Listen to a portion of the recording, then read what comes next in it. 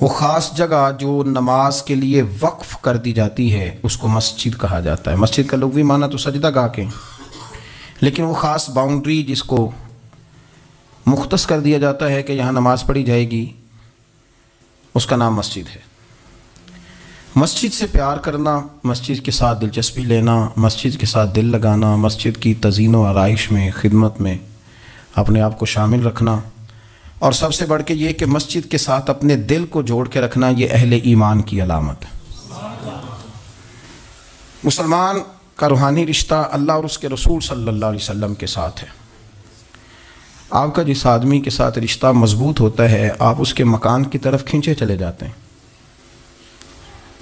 کوشش کر کے جاتے ہیں کہ میرا بھائی سے ملنے کو دل کر رہا ہے، تو اس کی طرف توجہ ہو جاتی ہے، وقت نکالتے ہیں، ٹائم خرچ کرتے ہیں، پیسہ لگاتے ہیں، وہاں جاتے ہیں۔ بیٹی میں نے بیاہ دی ہے، اپنے گھر چلی گئی ہے، پر میرا ملنے کو دل کر رہا ہے، وقت فرصت سارا کچھ دیکھ کے وہاں پہنچ جاتے ہیں۔ اصل اس گھر جانا مقصود نہیں ہوتا، اصل تو بیٹی کی ملاقات مقصود ہوتی، اصل بھائی کا مکان دیکھنا مقصد نہیں، اصل تو بھائی کی ملاقات مقصد ہے۔ تو مسجد میں جب آپ آتے ہیں تو مقصود یہ ہے کہ میں اس جگہ جا رہا ہوں جسے رب کریم نے اپنا گھر قرار دیا ہے۔ اب اس گھر کے ساتھ دلچسپی، اس گھر کے ساتھ آپ کا تعلق مضبوط ہوتا چلا جاتا ہے۔ رسول کریم صلی اللہ علیہ وسلم نے فرمایا ہے کہ زمین پر جو گھر سب سے پہلے بنایا گیا، جو مسجد سب سے پہلے بنائی گئی، وہ بیت اللہ شریف، مسجد الحرام، اور فرمایا جب ساری دنیا فنا ہو جائے گی تو جو جگہیں باقی رہ جائیں گی وہ مسجدیں، وہ حصہ جس پہ مسجد تعمیر کر لی جاتی ہے وہ حصہ باقی رہے گا۔ مسلمانوں کے اندر جہاں چیزیں بڑی تیزی کے ساتھ پھیلی اور ہماری دلچسپیوں کا رخ جب سے دنیا داری کی طرف زیادہ بڑھا، تو مسجد سے بھی تھوڑا سا لوگوں کا رجحان کم ہوا ہے۔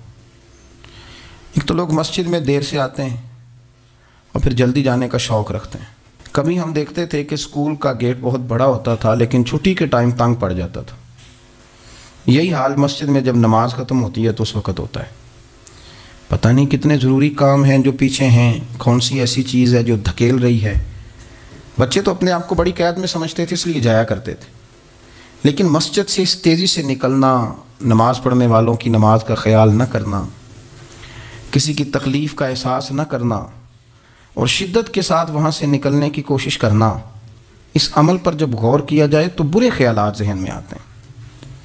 ایسی چیزیں ذہن کے اندر آتی ہیں جن کا ایک مسلمان کے حق میں ہونا ٹھیک نہیں۔ میرے نبی پاک صلی اللہ تعالیٰ علیہ وسلم نے ارشاد فرمایا، کریم محبوب فرمانے لگے کہ 7 شخص ایسے ہیں کہ قیامت کے دن اللہ کے عرش کے سائے کے علاوہ سایہ نہیں ہوگا، تو رب کریم ان 7 بندوں کو اپنے عرش کا سایہ عطا فرمائے گا۔ وہ 7 لوگ ہیں، ان میں سے نبی پاک صلی اللہ تعالیٰ علیہ وسلم نے ایک شخص وہ بیان کیا کہ جو نماز پڑھ کے مسجد سے نکل تو جاتا ہے پر اس کا دل مسجد کے ساتھ جڑا رہتا ہے، اس کی طبیعت مسجد کے ساتھ لگی رہتی ہے کہ اللہ کے گھر سے ہو کے آیا ہوں، مجھے دوبارہ اللہ کے گھر جانا ہے۔ اس کا دل لگا رہتا ہے، جڑا رہتا ہے، وہ انتظار کرتا ہے کہ دوبارہ کب میں نے مسجد میں جائیں۔ یہ رویہ نہیں اس کا ہونا چاہیے کہ وہ کہے اوہو سردیوں میں تو بس نماز ہی نماز رہ گئی ہے، اعتراض نہ کرتا پھرے، بلکہ وہ اس کا دل جڑا رہے۔ مسجد کے ساتھ جو خاص رشتہ ہے، بخاری مسلم میں حدیث ہے، نبی پاک صلی اللہ علیہ وسلم نے فرمایا، ویسے تو ساری زمین ہی اللہ کی ہے نا، للہ ما فی السماوات و ما فی الارض، زمین و آسمان میں جو کچھ بھی ہے وہ اللہ کا ہے، لیکن حضور فرماتے ہیں کہ خطہ زمین پر جو جگہ رب کو سب سے زیادہ پیاری، جگہ ساری اللہ کی ہے، پر جو اللہ کو سب سے پیارا ٹکڑا ہے وہ جگہ ہے جہاں مسجد بنا دی جاتی ہے۔ وہ خاص خطہ، آپ ذرا حدیث کے لفظوں پر غور کریں، فرمایا احب البلاد، وہ اللہ کا محبوب ٹکڑا ہے زمین پر جہاں مسجد بنا دی جاتی ہے۔ وہ اب آپ اندازہ کریں کہ وہ پیسے کتنے قیمتی ہیں، جو کمائے کسی نے تھے، لگ مسجد میں گئے، اور محبوب کس کے ہو گئے؟ اللہ تعالیٰ کے۔ یعنی میرے تیرے کمائے ہوئے پیسے اللہ کے محبوب پیسے تب بنیں گے جب اللہ کے گھر میں خرچ ہو جائیں گے، تعمیر مسجد پر، تشکیل پر۔ فرمایا یہ سب سے زیادہ اللہ کو۔ اور سید عالم صلی اللہ تعالیٰ علیہ وآلہ وسلم نے ارشاد فرمایا کہ اللہ تبارک و تعالیٰ کو زمین پر، زمین ساری ہی اللہ کی ہے، لیکن اللہ تبارک و تعالیٰ کی زمین پر جو جگہ اللہ کو ناپسند ہے وہ جگہ ہے جہاں بازار بنا دیا جاتا ہے، جہاں مارکیٹیں بنتی ہیں، جہاں لوگوں کے ساتھ ظلم ہوتا ہے، دھوکے ہوتے ہیں، جھوٹ بولا جاتا ہے۔ یہ بخاری مسلم کی حدیث۔ ناپسندیدہ زمین کا ٹکڑا وہ ہے جہاں بازار بنتا ہے، اور پسندیدہ ٹکڑا وہ ہے جہاں شوق کس بات کا زیادہ، میری مارکیٹ ہو کہ میرے نام کی مسجد ہو؟ یہ میری زمین کا جو ٹکڑا میری مارکیٹ ہو، میرا پلازا ہو، اور پچھلا مکان خرید کے نہ تو ایک لائن پیچھے نکالتا ہوں، 12 دکانیں ادھر ہو جائیں گی، 12 دکانیں ادھر ہو جائیں گے، پھر حساب نکالتا ہے کہ 20,000 ایک کا کرایہ ہے تو کتنا بنا مہینے کا۔ اس کو یہ نہیں پتا کہ تیری یہ زمین تھی اللہ کی، اب تو نے اس کا وہ اشر کیا ہے کہ یہ ناپسندیدہ ترین ہو گئی، ناپسندیدہ ترین۔ اور اگر تیری ہی زمین ہو، اپنی خوش قسمتی تو دیکھیں کہ میری زمین، میرے پیسے، اور جب میں نے مسجد بنا دی تو وہ پیسے رب کے پیارے ہو گئے، وہ زمین اللہ کی محبوب ہو گئی، وہ پیسے پیارے ہو گئے، وہ محبوب ہو گئے۔ لیکن بڑا ہی مشکل کام ہے، مسجدوں میں اعلان ہوتا ہے کہ بل آ گیا ہے، کو مہربانی کرو، اور پھر پکے سچے حاجی، نمازی، نیک صالح پرہیزگار بندے بڑی مشکل سے جیب میں ہاتھ ڈالتے ہیں، اور جو باہر آتا ہے اس میں پورا 100 روپیہ نکل آتا ہے، پورا ہی 100، یعنی کہ، اور گننے میں آپ کو پتہ ہے 1 روپیہ کر کے گنے تو 5-7 منٹ تو 100 گننے میں لگ ہی جاتے ہیں، پھر وہ گننا پڑتا ہے۔ اور مسجد کی ٹوپیوں میں سے، مسجد کے گلوں میں سے اکثر وہ نوٹ نکلتے ہیں جو دکاندار لیتا ہی نہیں، وہ کہتے ہیں اللہ کو دے آتے ہیں جا کے۔ دیکھیں اپنا رویہ اس لحاظ سے درست کریں، اس لحاظ سے درست کریں کہ جس طرح میرے لیے اپنا گھر بنانا ضروری ہے نا، اسی لیے میرے لیے مسجد بنانا بھی اسی طرح ضروری ہے۔ جب حضور جتنا عرصہ تک مکہ شریف میں تشریف فرماتے تو زیادہ وقت مسجد الحرام میں گزارتے تھے، اور جب قریب محبوب صلی اللہ تعالیٰ علیہ وسلم، محبوب دو عالم علیہ السلام مدینہ طیبہ تشریف لے آئے تو حضور نے سب سے پہلے مسجد قباء کی تعمیر فرمائی۔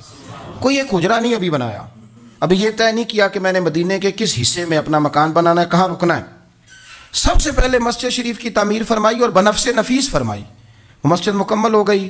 سرکار کا قیام تھا جناب ابو ایوب انصاری کے گھر میں، تھوڑے سے فاصلے پر نظر پڑی تو ایک کھلا میدان موجود تھا، 2 یتیم بچوں کی زمین تھی، فرمایا یہ زمین مجھے دے دو، اس میں مسجد بناؤں گا۔ ان 2 یتیم بچوں نے عرض کی یا رسول اللہ صلی اللہ علیہ وسلم آپ رکھ لیں، مسجد بنا لیں۔ فرمایا یوں نہیں بھائی، پیسے دیں گے۔ اسلام یہ نہیں کرتا کہ بندے کی حیثیت سے زیادہ اس پر بوجھ ڈال دیا جائے، وہ یتیم بچے ہیں، ابھی ان کے پاس کوئی ایسے ذرائع نہیں ہیں مال کمانے کے، تو فرمایا تمہیں پیسے ملیں گے۔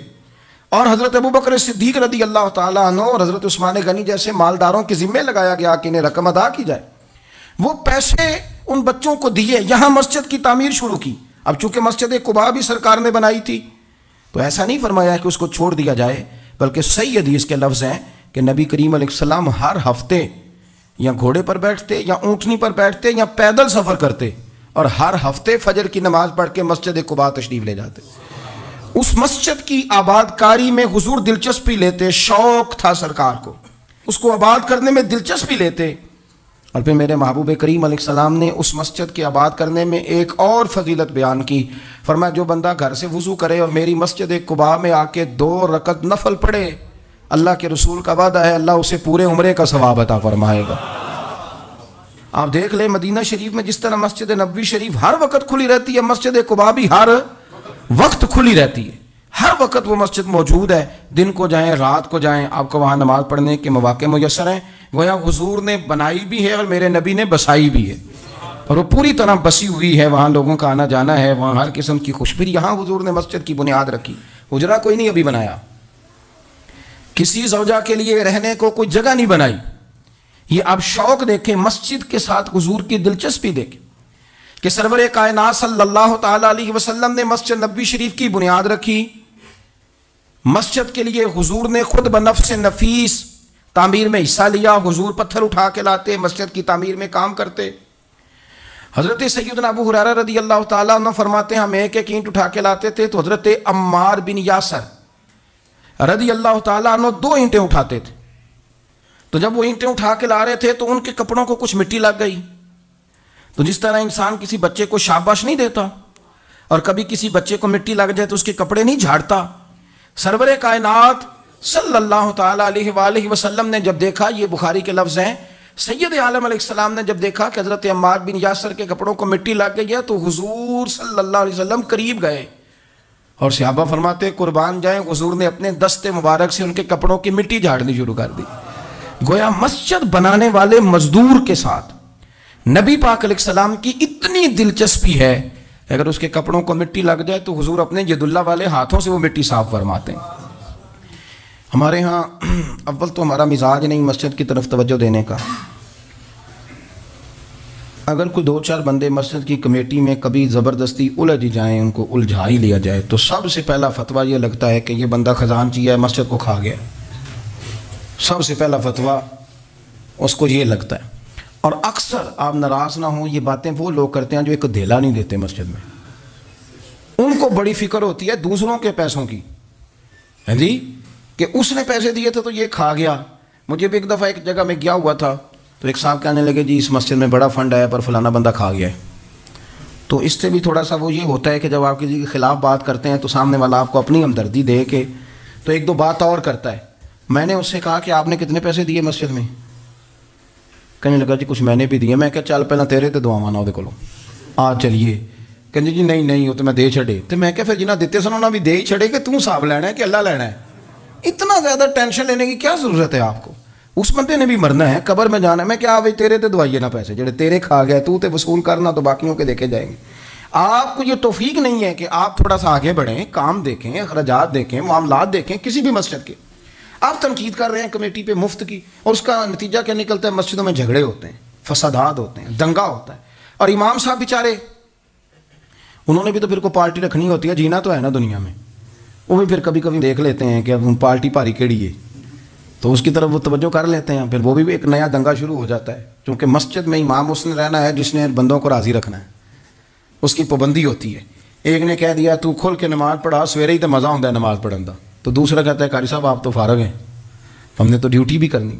مسجد کی آباد کاری میں آپ حصہ لیں، چیزوں کو دھیڑنے میں آپ کردار نہیں ادا کریں، کیونکہ مسجد اللہ کی رضا کے لیے۔ اور میرے نبی پاک علیہ السلام نے فرمایا جس نے اللہ کی رضا کے لیے مسجد بنائی اس نے اپنے لیے جنت میں مکان تعمیر کرا لیا ہے۔ شرط یہ ہے کہ اللہ کی رضا کے لیے پارٹی بازی کے طور پر مسجد نہ بنائے، رضا الہی کے لیے مسجد بنائے۔ اس نے اپنے لیے جنت میں مکان بنا لیا ہے۔